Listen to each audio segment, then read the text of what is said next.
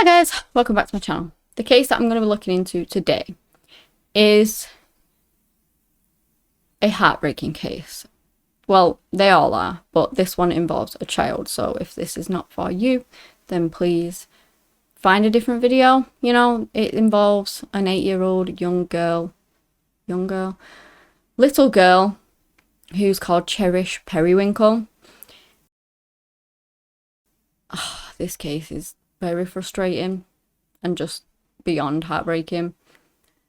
But yeah, we're gonna jump in. I don't know when I'm gonna put this video out because I have like a backlog of videos, so it might be flipping between me with stitches and me without.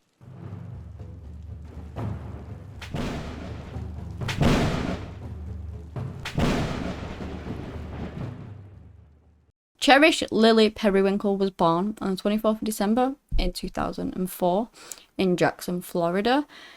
Two parents, Rain Perrywinkle and Billy Jarreau. Apologies if I've said that wrong, I probably have. Now, the couple would end up splitting up and be in a custody battle for the children, which would only end in 2010. Like, it was a very long thing. As a result of this, Rain was awarded full custody. Her daughters, at the time she had 3. She had Cherish, Nevaeh, and Destiny. Now, I'm pretty certain that the only child of Billy's was Cherish, and the other 2 had a different father, I think. I'm sorry if I'm wrong on that. Correct me in the comments if I'm wrong on that. And it was said that even a custody evaluator involved in this case voiced in court or whatever it is that he was skeptical of the safety of Cherish in Rain's care. Rain also had a boyfriend at the time who she was living with, who was called Aaron Pearson, not entirely sure how it's pronounced, and he was actually Nevaeh's father. And apparently it was just a pretty chaotic environment from what I could gather that the girls were living in. Now, Rain didn't have a lot of money, and essentially that is what would lead to everything going horribly wrong. This was on the 21st of June in 2013. Rain had taken her 3 girls out shopping for clothes. I believe Cherish was going to her father's the next day to spend the entire summer there, you know, and she wanted some new clothes to go to her dad's house. So they're out shopping. Like I said, Rain did not have a lot of money, and Cherish is picking up these clothes and Rain's like, put it back, I can't afford it kind of thing. It was at the neighborhood Dollar General store. And this is where they would encounter a predator, Donald James Smith. He was a listed sex offender. He'd been on it since 1993, and he had a horrific history with regards to children and abuse of children. Not going to get into the details, obviously. But he'd literally just been released I believe, from jail 21 days prior to this meeting. And he was watching them. He was a predator. He seen this family. He saw that Rain was struggling to buy things for her children, and he jumped in as this heroic person and offered to buy her some stuff. He basically said that he had this voucher for $150, I believe, at a Walmart. Him and his wife, bearing in mind he didn't have a wife, this wife didn't exist. I believe he was like 54 at this time. Maybe 54-year-old, I'm not sure. But he didn't have a wife. So he said to Rain that he was going to, his wife was going to come down and bring this voucher, right? And they're waiting around, his wife doesn't turn up. So he then ends up saying, like, come and get in my van. I will drive you to Walmart and my wife will meet you there. Rain apparently was a bit hesitant to get in. And apparently he was frustrated by that. But then she got in anyway. I don't know. If someone was getting frustrated that I wasn't getting into this stranger's van and he was getting maybe angry about it, there's no freaking way I'd be getting in. There's no way I'd be doing any of this anyway. But she did, and she got in. He ends up driving the kids and Rain to the Walmart, and they begin shopping. Rain begins, and the kids begin piling in all of these clothes into a shopping trolley, whilst they are still waiting for his magical, mythical wife to turn up.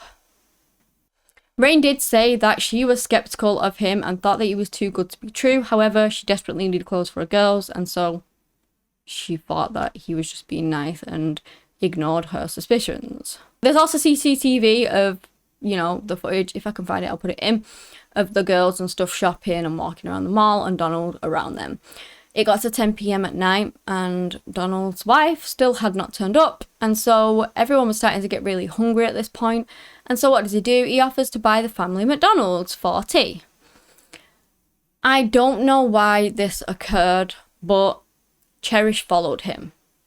She's 8 years old. She has no idea. Her mum lets her. Her mum lets her walk away with a strange man that she had some suspicions of to go and get McDonald's for everyone. Well, guess what Donald does? Well, he certainly doesn't go to McDonald's. He walks straight out of the door, straight to his van. Cherish follows. I assume that he just tells Cherish that he forgot his wallet in the car and he needs to go and get some money. So she follows. She's skipping along, following him. And as you watch the CCTV, she's in no distress whatsoever. She's very willing to follow this man. But her mum said it was okay, so why not? You know, your parents tell you don't talk to strangers and don't go following strangers, but her mum let her, so she would have thought that it was fine. So yeah, she goes into this van with Donald and off he drives with Cherish. And she's never seen alive again. Shortly after, I think about half an hour later, Rain borrows one of the staff member at Walmart's phone because she's frantically been looking for her daughter. She went to McDonald's staff, they said that he never went there, they never saw him. And they're nowhere to be seen. So she does eventually ring the police of that, thinking that this man has abducted her child, which he had done. 6 hours later, they put out an Amber Alert for Cherish. I think that they didn't do it initially. They put out some other report, but they didn't actually put out an Amber Alert, which is so annoying because 6 hours after, at this point, he's probably already done whatever he's going to do with Cherish. It is far too late by that point. You need the Amber Alert out straight away. I think the police made like a massive mistake on that. Whether, I can't really remember. Did they send out a missing persons report or something and not actually an Amber Alert? I'm not sure.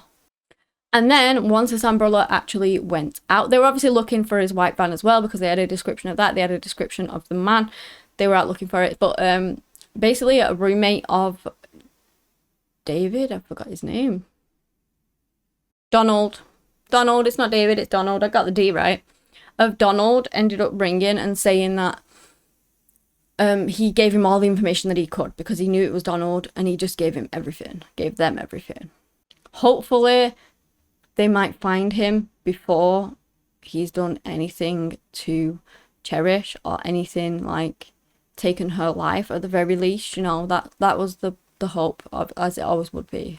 It would be the next day around 9 a.m. when Donald was finally arrested. An officer noticed his van. Obviously they had like a bolo out on him.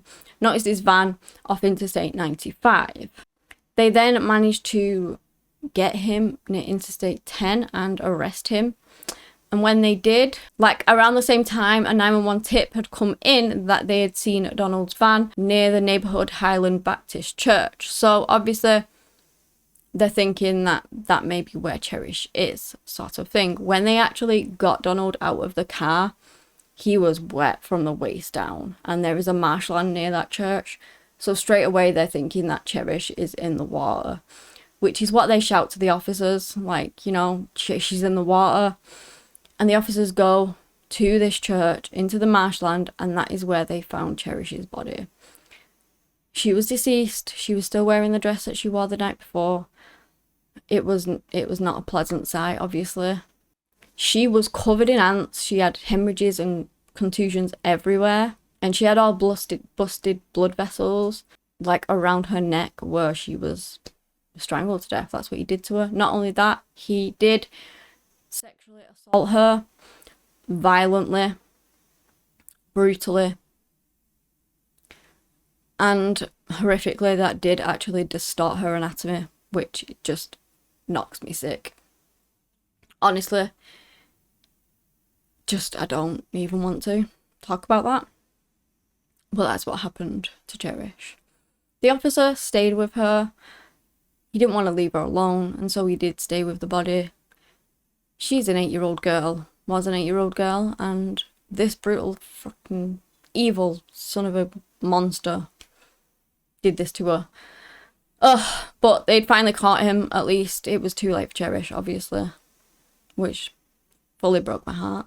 They performed an autopsy, which is when they found all the horrific stuff. They found that she had been killed by being strangled. It had taken at least 5 minutes. It was an awful and slow death. She had blunt force trauma to the head, and of course, what I said previously. And it looked like it was a t-shirt that was used to actually take her life, like to wrap around. He would ultimately get charged with RAP of Cherish, first-degree murder and kidnapping. Now, the trial didn't take place till years later. It would be 2018 before that finally happened. And let me just tell you, the information that people revealed, the jury were breaking down in tears. The medical examiner that did the autopsy on Cherish, she literally had to take a break because she just couldn't deal with it as well. So, you know, as you can imagine, it was just a heartbreaking trial to witness. Then the second day of the trials, the prosecution, I suppose, ended up playing these jailhouse recordings that Smith had done. He had been going on about how he'd been talking about children in a horrible way, in a predatory way, saying that this group of children that had visited the jail for some reason or other were right up his alley and his target area. I know, despicable man, disgusting. He said some things about Cherish that I am not going to repeat. This evil man doesn't even deserve any autonomy, anything. Is that even the right word? I'm not sure. Probably not. Then they also revealed how he was going on about... Basically, Cherish followed him. He didn't lure her. She followed him, right? He didn't lure her into the van. And once she was sat in that van and she just jumped in after he was trying to tell her to go away, she just jumped in there and that was it then. He knew that because of his history, he had to get rid of her. Yeah. It wasn't his fault, guys. He had to, because she jumped in his van and he had a history. Of course. He was trying to do an insanity plea as well. But I mean, all the lies that he made, the wife that he made up, the Walmart voucher that he lured them in with. Do you know what I mean? It was all sort of not premeditated, but it was all planned out. You know, Cherish did not just follow into that van and he thought, go away, you know, go back to your mum. He wanted her to get in that van, obviously. And the fact that he even tried to pull that one is just so disrespectful and disgusting. It pisses me off. Yeah, they also found out that he was asking for this medical insanity book. That's not the word for it. That's not the name for it, but you know what I mean. He wanted this book on mental disorders so that he could practice them and then go for the insanity plea. Yeah, that was all on... Oh, my jaw locked in. That was all on recordings too, so... They weren't thinking that he was insane, by the least anyway. He also added that he wanted the death penalty because he was scared of what his fellow inmates might do to him. What a shame. They don't like people that mess around with children. So, in my eyes, he gets what he deserves, in all honesty. He got what he wanted. It took 15 minutes for the jury to find him guilty. But apparently in Florida, all first-degree murder cases are given like an appeal. And that meant that in 2020, he reappeared in court. This was to fight his death sentence because he did get a death sentence. And he's been trying to fight it ever since. You know, there's still things pending here and there, I believe. He's still trying to fight it. I don't know. I don't know. I don't really believe in the death sentence, to be honest. Throw him in with all the inmates in Gen Pop and let them deal with him. That's what I say. Let them do to him what he did to poor Cherish. That might be a controversial opinion, but I don't care. She was a little girl, and this man is a disgusting monster. Now, when it comes to actual Rain, obviously a lot of people blame her. She shouldn't have let her kid go off. She shouldn't have been distracted by money. She shouldn't have done this. She shouldn't have done that. Her 2 other children were taken off of her before the trial and everything. Pretty much straight away after Cherish's death, they were taken off of her and they went to live with a family member in Australia. And of course, Billy, her father, was just absolutely devastated and just wanted closure on the case. after all this happened to his little girl. Literally the day after, she was going to his house and spending time with him for like months, I believe. It said the summer, so I'm guessing it could have been all summer for all I know. And they never got to do that, which is heartbreaking. Rain did say in 2017 that she wasn't able to hold down a job because people blamed her for what happened to Cherish, and that she was grieving her daughter's loss. But I've also seen that her daughters do also blame Rain. I believe they have no relationship whatsoever with her, and they blame her for what happened to their sister. You make up your own mind on it. Personally, she should have never in a billion years let a man hang around her children, walk off with her daughter. I'm sorry, but she just shouldn't have. You cannot trust anyone. She even was thinking to herself, this is too good to be true, and then still did it. Honestly, I don't understand. Obviously, it's heartbreaking for her. She lost her daughter. It's heartbreaking for the dad. He lost his daughter. The girls lost their sister. But even the girls do believe that it was their mum's fault. You know, I've seen an interview with them and they blame her fully. It's just really, really heartbreaking. Honestly. Poor Cherish. But yeah, that is the end of the case. If you guys have enjoyed this video, give me a thumbs up. Subscribe to the channel for similar content. Anyway, that's all I have today on the case of Cherish Perrywinkle. Thank you so much for watching, and until next time, bye.